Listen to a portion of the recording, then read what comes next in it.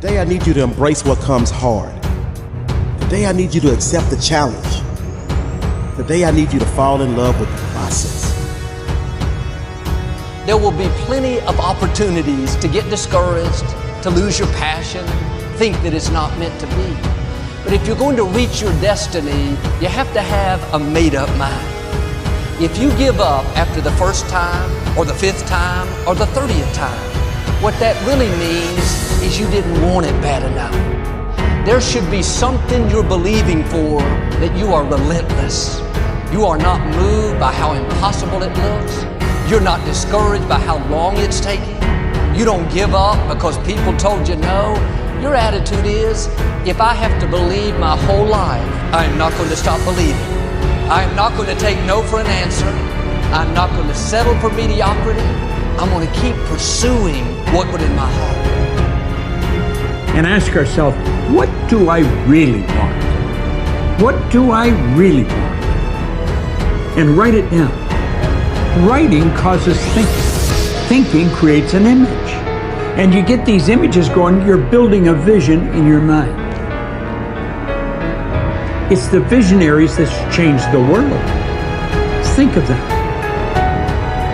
But what keeps that competitive edge, what keeps you on top, is the ability to think and prepare mentally over and over and over again.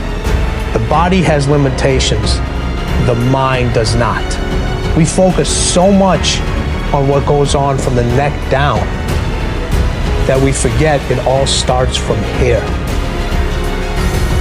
Everything starts from there. If you're not mentally ready, you're never really physically prepared.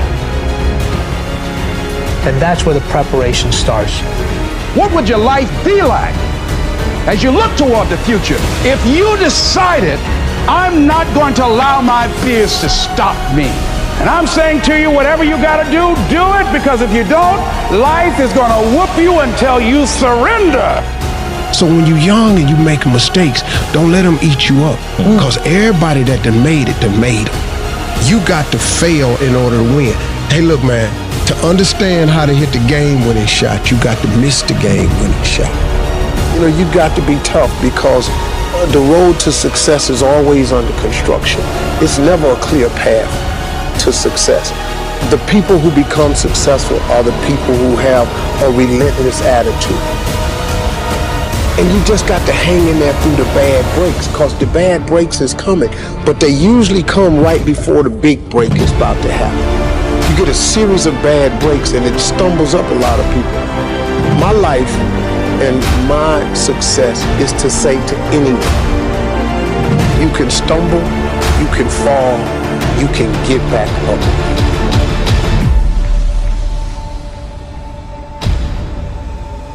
No matter what you face, no matter how bad it is going to be, when there is a challenge, and by a challenge I mean anything in life, any challenge, anything that you're facing, the only way to overcome the challenges that you face is to start walking. Take that step every day, no matter what you are facing. Get up and start walking. I have the ability to see the end before the beginning even begins. And what that means is I know that to get to the very end, I can see it right now. So before I went to Buds and I was losing all this weight, I saw myself walking across the stage at 191 pounds. That's what I had to get to get into the door. I saw myself 6 months, a year later, whatever's gonna take me to do it, I saw myself walking across that stage, getting that certificate of graduation from Buds. And I was able to be there at 300 pounds.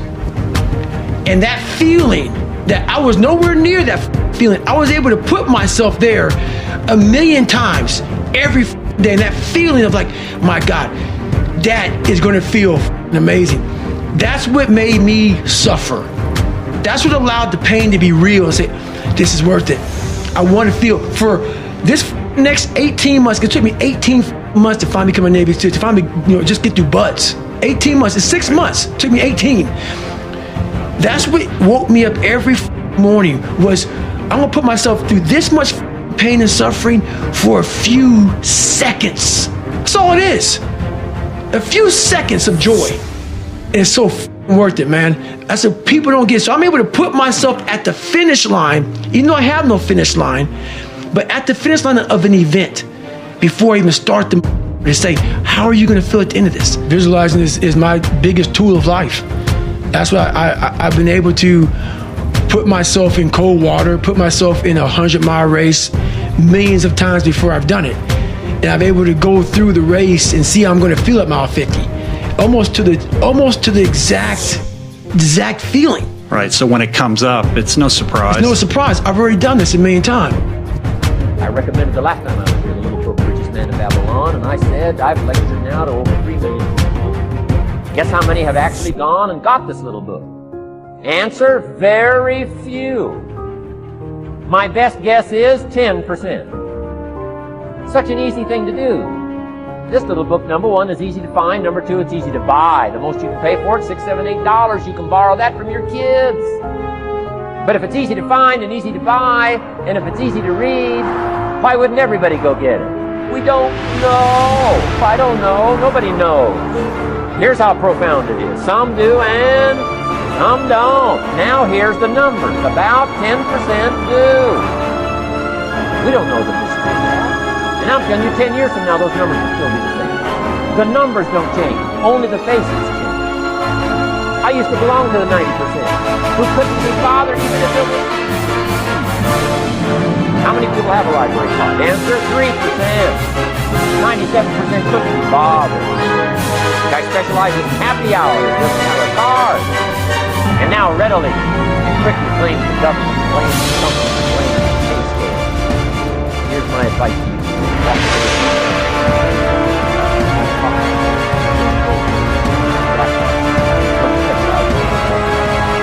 Go away. You got to be conscious today because your environment can hypnotize and mesmerize and paralyze you. The other thing is, take full responsibility for your life. Oscar Wilde once said, responsibility is what we expect from somebody else. This is very true. Most people dread accepting responsibility. That's just a fact of life, and we can see it in operation every day. We can see ourselves getting hot under the collar when the dentist keeps us waiting, and we're sitting there reading old magazines when our appointment was 30 minutes ago. And we don't stop to think that we forgot to mail in this month's mortgage payment. We can see ourselves growing angrier and angrier because a business contact is supposed to call at noon, and here it is almost 2 o'clock, and the phone still refuses to ring. But we don't stop to think about the calls we ourselves have forgotten to return while we've been so busy fuming. We can see ourselves writing an angry letter to the airline because a flight was delayed, but we don't write an angry letter to ourselves when we're late for something, even though that might not be a bad idea at all. Yes, we can see avoidance of responsibility all the time in both our personal and professional lives. And here's something else we can see just as often. We can see that most people aren't as successful as they wish they were. Do you see there's a connection between these two very common phenomena? I certainly do, and by the end of this session, I hope you'll agree with me. I hope you'll understand that it's in your best interests to take responsibility for everything you do. But that's only the beginning. I'm also going to suggest that many times it's even best to accept responsibility for the mistakes of others, especially when you're in a managerial or leadership role. I can hear you saying, what? Accept responsibility for someone else's mess-ups? Why would I want to do something like that? Well, that's a fair enough question, and over the next few minutes, I'll try to answer. one of my weak points in my personal life is I don't like technical stuff. So even though I have to be on Twitter and Instagram and Facebook, I don't care for that. So guess what? I find somebody who loves to do that. You know, I find somebody who has a strength where I have a weakness and I partner with them. All you're trying to do is get to the goal. No one gets there by themselves. Everybody needs help. Now, when you know what you got going for you, be confident, not cocky. Managing your strengths, knowing what they are, and don't let nobody talk you out of it. And that gets you fight ready. You get fight ready like that. You got to know you. Helps you develop your skills. All the while, you're developing your strength. You just got to keep developing the strength. Don't let anybody talk you. At the same time, you must work on improving your weaknesses. So I've had to, in spite of myself, get on Instagram, get on Twitter, get on Facebook. I got to do the videos whether I want to or not because the world is moving to social media. If I had as many followers as Kim Kardashian, I probably wouldn't even have to do this TV show. During the years when professional basketball was just beginning to become really popular, Bill Russell, who played center for the Boston Celtics, was one of the greatest players in the Pro League. He was especially known for his rebounding and his defensive skills. But like a lot of very tall centers, Russell was never much of a free throw shooter. His free throw percentage was quite a bit below average, in fact. But this low percentage didn't really give a clear picture of Russell's ability as an athlete. And in one game, he gave a very convincing demonstration of this. It was the final game of a championship series between Boston and the Los Angeles Lakers. With about 12 seconds left to play, the Lakers were behind by 1 point, and Boston had the ball. It was obvious that the Lakers would have to foul one of Boston's players in order to get the ball back. And they chose to foul Bill Russell. This was a perfectly logical choice, since statistically, Russell was the worst free throw shooter on the court at that moment. If he missed the shot, the Lakers would probably get the ball back, and they'd still have enough time to try to win the game. But if Russell made his first free throw, the Lakers' chances would be seriously diminished, and if he made both shots, the game would essentially be over. Bill Russell had a very peculiar style of shooting free throws. Today, no self-respecting basketball player anywhere in America would attempt it. Aside from the question of whether it's an effective way to shoot a basket, it just looked too ridiculous. Whenever he had to shoot a free throw, the 6'11" Russell would start off holding the ball in both hands about waist high. Then he'd squat down, and as he straightened up, he'd let go of the ball. It looked like he was trying to throw a bucket of dirt over a wall. But regardless of how he looked, as soon as Bill Russell was fouled, he knew the Celtics were going to win the game. He was absolutely certain of it. Because in a situation like this, statistics and percentages mean nothing. There was a much more important factor at work. Something that no one has found a way to express in numbers and decimal points. Simply put, Bill Russell was a player who wanted to take responsibility for the success or failure of his team. He wanted the weight on his shoulders in a situation like this. No possibility for excuses, no possibility of blaming anyone else if the game was lost, no second guessing. Bill Russell wanted the ball in his own hands and nobody else's.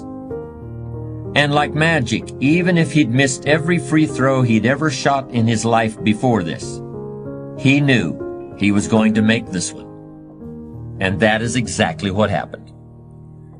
That is what virtually always happens when a man or woman accepts responsibility eagerly and with confidence.